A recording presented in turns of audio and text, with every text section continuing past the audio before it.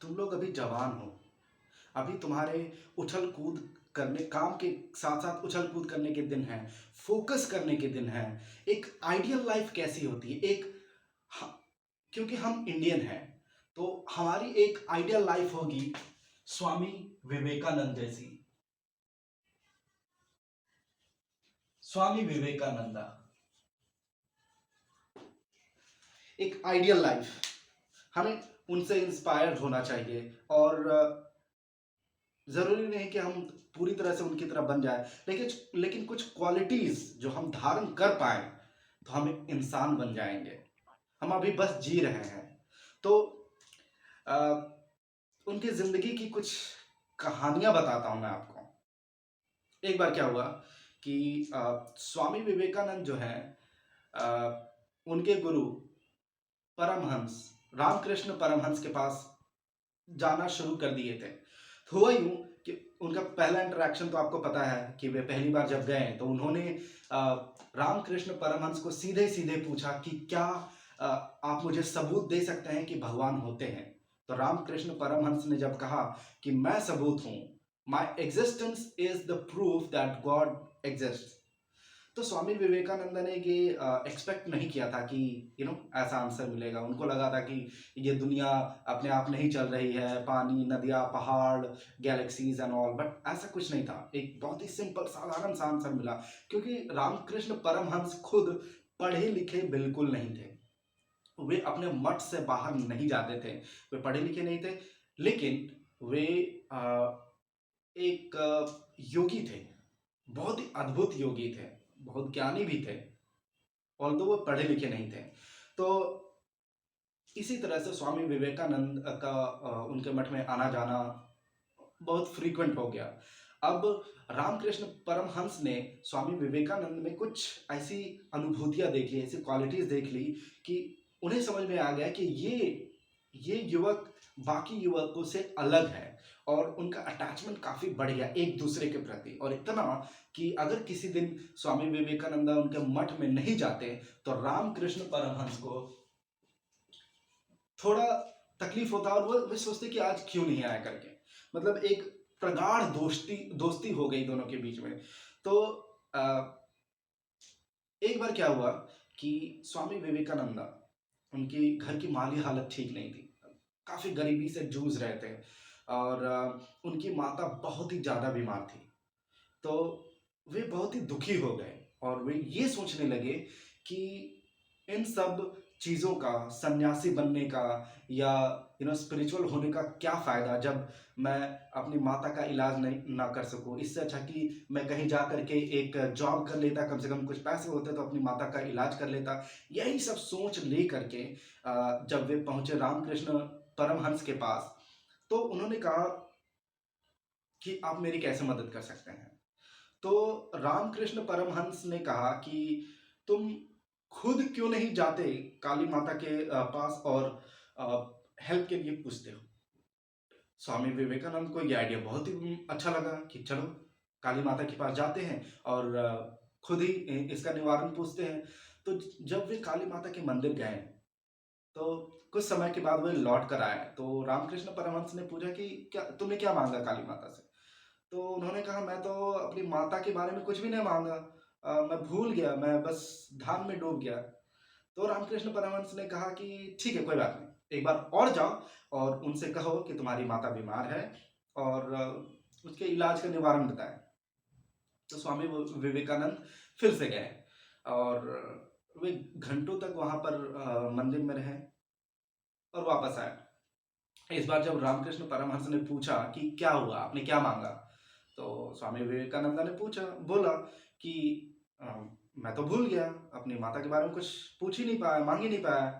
तब रामकृष्ण परमहंस ने कहा कि इसीलिए मैं तुम्हें पसंद करता हूं, क्योंकि तुम अपने लिए कुछ नहीं मांगते हो, मांगने वाला मत बनो, उनकी ध्यान में रहो, सब कुछ अपनी जगह पर होगा।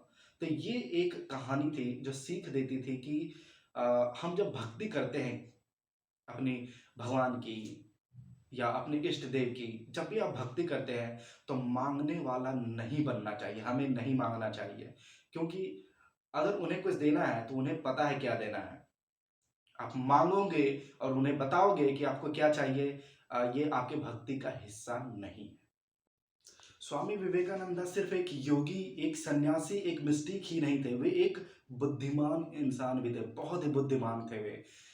उनको मूर्ख बनाना समझो कि अपने पैर पे कुल्हाड़ी मारने के जैसा ही था। तो एक बार क्या हुआ कि वे यूएसए में एक ट्रेन में सफ़र कर रहे थे। अब ट्रेन में सफ़र कर रहे थे, वे गेरुआ वस्त्र धारण करके थे, तो उनके पास में कुछ लड़कियाँ थीं, जो उनके ड्रेस को देख कर के थोड़ा-सा मज़ाक टाइप का उड़ा रहे थे। अब उन्होंने जब उनके हाथ में एक घड़ी देखी, तो उनको कुछ मज़ाक करने की सूझी और उन लोगों ने प्लान बनाया कि इनको छेड़ते हैं और इनकी घड़ी लूटते हैं। तो क्या किया कि वो लड़कियाँ जो है स्वामी विवेकानंद से कहा कि अ, आप मुझे ये घड़ी हमें दे दें, वरना हम पुलिस को फ़ोन करके बुलाएँगे और बोलेंगे कि तुम हमारे साथ छेड़खानी कर रहे थे। अब स्वामी विवेकानंद को ऑलरेडी पता था कि इन लड़कियों ने मेरे साथ प्रैंक करने की कोशिश की है या प्लानिंग बना रहे थे। तो उनकी बुद्धिमत्ता यहाँ पर काम आई।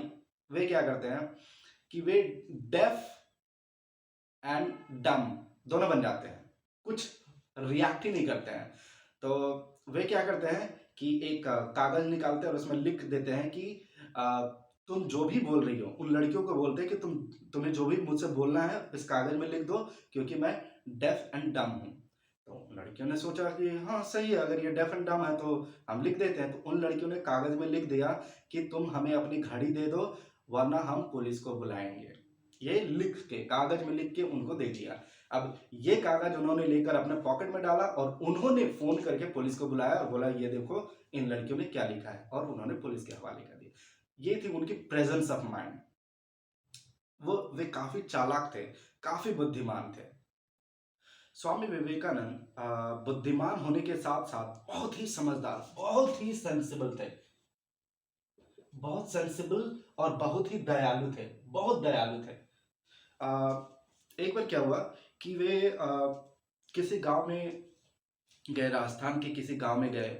वहाँ पर लोगों ने उनको घेर लिया और उनसे प्रवचन देने के लिए कहा। तो एक जगह पर बैठकर स्वामी विवेकानंद प्रवचन देने लगे। लोग आते गए, जाते गए, आते गए, जाते गए। वे अपने सवाल लेकर के आते उनके पास और अपने जवाब लेकर के वापस चले जाते। इस तरह से कंटिन्यूअसली 3 दिनों तक स्वामी विवेकानंद एक ही जगह बैठे रहे।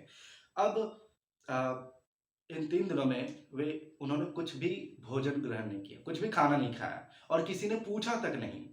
अब चूँकि वे उस गाँव में आए थे तो खुद से खाना बना के खा नहीं सकते थे। लेकिन इन सब चीज़ों को वहाँ पर सामने एक मोची था, अ, जो उस समय एक नीची जाति का माना जाता था। वे इन सब चीज़ों को ऑब्ज़र्व कर रहा था और वे लगभग रोने जैसे हो गए। वे स्वामी विवेकानंद के पास आए और बोले कि स्वामी जी, मैं देख रहा हूँ कि पिछले 3 दिनों से आप लगातार प्रवचन दे रहे हैं, सवालों के जवाब दे रहे हैं, लेकिन आपने अभी तक कुछ खाया नहीं, कुछ पिया नहीं। अ, ये मुझे देखकर बहुत बुरा लग रहा है। तो स्वामी जी ने बोला कि ठीक है, चूँकि तुमने ऑब्ज़र्व कर लिया है, तो मैं चाहता हूँ कि तुम मुझे कुछ खाने के लिए दो।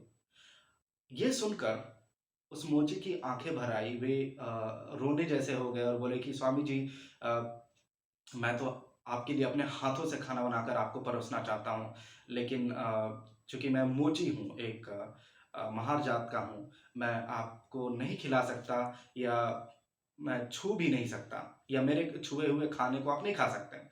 तो अम, चूँकि विवेकानंद काफ़ी समझदार थे और वे इन सब रूढ़िवादिताओं में बिलीव नहीं करते थे। उन्होंने कहा कोई बात नहीं, तुम मुझे ला कर दो। तो वो मोची अपने घर गया और एक फ्रेश अ, ब्रेड बेक करके लाया और स्वामी विवेकानंद को दिया खाने के लिए।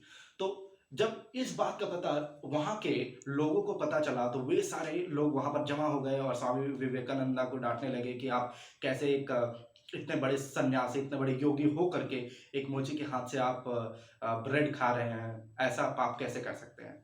तो इस बार स्वामी विवेकानंद उन सारे लोगों पर बहुत ज़बरदस्त टूट पड़े, बहुत ही भयानक टूट पड़े और बोले, मैं पिछले 3 दिनों से आपको लगातार प्रवचन दे रहा हूँ, आपके सवालों के जवाब दे रहा हूँ, लेकिन आप में से किसी को ये तक बुद्धि नहीं आई कि मुझे 1 गिलास पानी तक दिया जा सके, खाना तो दूर की बात है, और आप बोल रहे हो कि मुझे इनके हाथ से खाना नहीं खाना चाहिए, ये आपकी बुद्धिमत्ता है। बजाय इसके कि इसकी तारीफ़ की जाए, इन्होंने मुझ पर दया दिखाई है, मैं इसकी दया को स्वीकार करूँ या तुम लोगों की इन जो बैल बुद्धि है, उसको स्वीकार करूँ। तो इस तरह से उन्होंने अपनी दया उस मोची पर दिखाई। ये ये क्वालिटी होनी चाहिए एक यूथ में, एक एक बुद्धिमत्ता, एक दया। जब आप किसी पर दया करो तो पूरी दिल खोल के दया करो। जब आप बुद्धिमत्ता दिखाओ तो सामने वालों को तहस-नहस कर दो। जब आप मेहनत करो, तो मेहनत इतनी ज़बरदस्त करो कि आपके सामने सब फीके पड़ जाएँ। तो ये कुछ कहानियाँ स्वामी विवेकानंद के बारे में, हमें उनसे कुछ सीखना चाहिए। वे हर एक यूथ के, इंडिया में हर एक यूथ के रोल मॉडल होने चाहिए। वही होने चाहिए हमारे रोल मॉडल, तभी ये इंडिया आगे बढ़ सकता है। खैर, आज के लिए इतना ही। Thank you.